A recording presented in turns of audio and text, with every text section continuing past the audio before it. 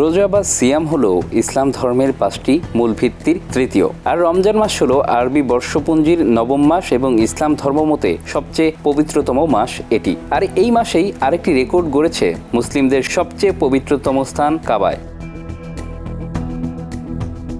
মুসলিমদের জন্য রমজান যেহেতু অন্যান্য মাসের চেয়ে আলাদা, তাই প্রতিটি মুসলিমের ইচ্ছে জাগে কাবায় ছুটে যেতে। তাই প্রতি বছর লাখ লাখ মুসল্লি সৌদি আরবে ছোটেন, এবারও তার ব্যতিক্রম হয়নি। চলতি রমজান মাসের প্রথম 10 দিনে পবিত্র কাবায় এসেছেন রেকর্ড সংখ্যক 2.5 কোটি মুসল্লি। এই সংখ্যা ইতিহাসে প্রথমবারের মতো রমজানের প্রথম 10 দিনে সর্বোচ্চ উপস্থিতি। শুধু তাই নয়, প্রথম 10 দিনে ওমরা পালন করেছেন 5,50,00,000 মুসল্লি। এটিও একটি রেকর্ড। প্রতি বছর রমজান মাসে মুসল্লিদের ঢল নামে সৌদি আরবে, কিন্তু এবার সেই সংখ্যা আগের সব রেকর্ড ভেঙে দিয়েছে। এই বিপুল জনসমাগমকে কেন্দ্র করে কাবা চত্বরে নিরাপত্তা ও শৃঙ্খলা নিশ্চিত করতে ব্যাপক প্রস্তুতি নিয়েছে সৌদি প্রশাসন। The general presidency for the affairs of grand mosque and the prophet's mosque নামক সংস্থাটি কাবা চত্বরে দায়িত্ব পালনের জন্য মোতায়েন করেছে 11,000-এরও বেশি কর্মী।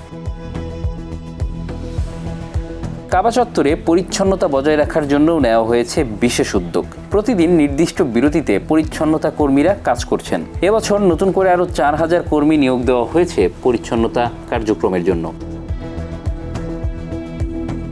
প্রযুক্তির সর্বোচ্চ ব্যবহারের মাধ্যমে মুসল্লিদের সেবা নিশ্চিত করা হচ্ছে। কাবা চত্বরে 8,000-এরও বেশি স্পিকার স্থাপন করা হয়েছে, যাতে মুসল্লিরা স্পষ্টভাবে আজান, খুতবা ও নামাজের দোয়া শুনতে পারেন। মুসল্লিদের সুবিধার জন্য কাবা চত্বরকে আলোকিত রাখা হয়েছে 1,20,000-এরও বেশি বৈদ্যুতিক বাতির মাধ্যমে।